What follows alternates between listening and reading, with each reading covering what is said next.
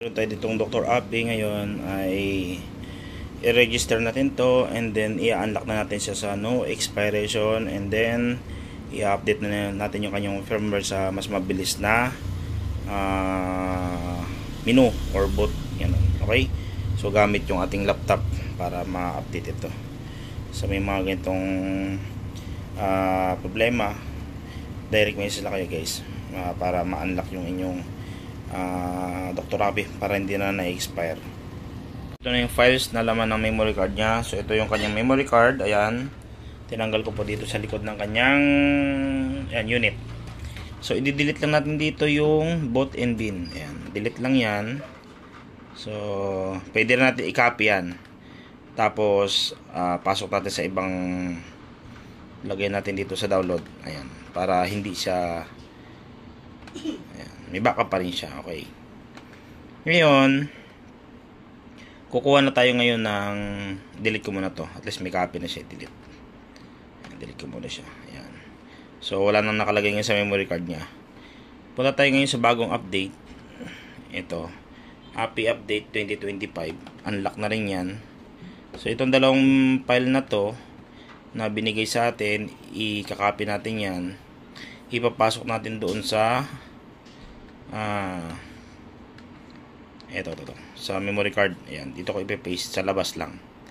Paste. Okay, so ayan na siya. Nandiyan na yung file ngayon. Ngayon, gawin natin dyan, eject na natin yan. Eject, ayan, eject. Okay, so eject natin para safety yung memory card, para hindi makurap. And then ipapasok na natin doon sa ating Dr. Api. Ito lang gagawin natin. Ayan, so naka-on siya. I-off natin yung ating power, and then long press natin tong down arrow, and then yung back. Okay, so pag long press natin yan, lagyan natin siya ng power. Okay, wait lang ha. Ayan, okay, ulitin natin, nagbukas agad eh, hindi tayo nakapindot. Dapat long press, dalawa, and then power. Ayan, so mag-white screen, then hintayin nyo lumabas yung boot A, ganun. Ayun, bootloader A, and then i-click natin yung yes. Okay lang yan. Hintayin natin mag flashing 100%. Ayan.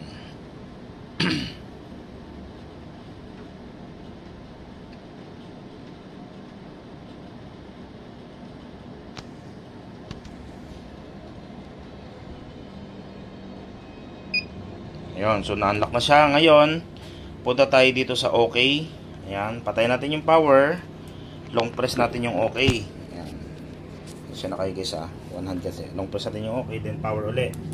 Ayan, so lalabas yung ito ngayon. Punta tayo ngayon sa English language. Okay. And then, upgrade firmware. Ayun. Ay, hindi. O, tama. Upgrade firmware. Then, yes tayo. Ayan. Hintayin natin yung mag 100%.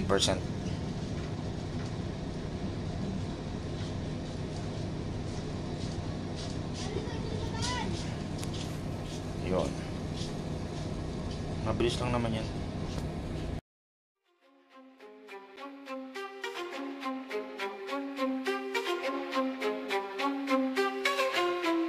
Pagdating sa pera, mag-ingat ka. Ginawa naman ang tama, sasabihan ka. Nadali ka lang sa pagbenta, tatawagin na magagamit ka. Inaasahan ang kaibigan, pero sa isip ka'y magagamit ka. Umiikot sa Pinas para magtanim at maturo ng mga kaalam, mga ba sa FI motorsiklo. Nabisi ka at advance na turo. Dala ko ang pangalan, pinagkakakitaan ko. Kapag hipag kinaban sa kapwa mekaniko. Oh, kumikita naman na babalik ang pinaghirapan dahil sa tanim ko. Kaya't ako'y nakatayo na walang paninira, walang halong kaplastikan. Kung ano ang aking tungo, yun ay magturo ng totoo. Malayo man, malapit man ang mga tinutunga. Kasama ko ang team ko na tunay at totoo. Pagdating sa pera, mag-ingat ka. Magagamit ka. Ginawa naman ang tama, sasabihan ka. Okay, so and then punta tayo sa diagnose. Tingnan natin yung information niya. Ayun siya. Kita nyo guys. Medyo masilaw lang. Ayan. Date now. Expire. Date expire. Wala na siyang expiration. Serial number niya yan. And then yung update. Yung hardware version niya ay 1.00. And then software version ay 1.2.0. Updated na siya. Back natin. Ayan. And then punta tayo sa yung test function. Ano ba yung laman ng test function? Ayun. Pwede ka mag-test ng injection, pump.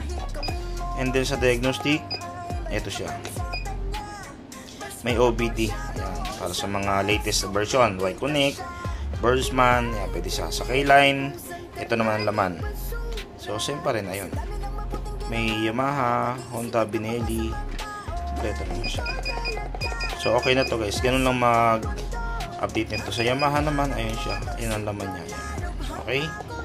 So, ready to shipping sa client na to guys. Bye! Ito nga ba ngayon doon? Puro payabangan ng todo. Buti na lang kahit may ganyan. Kami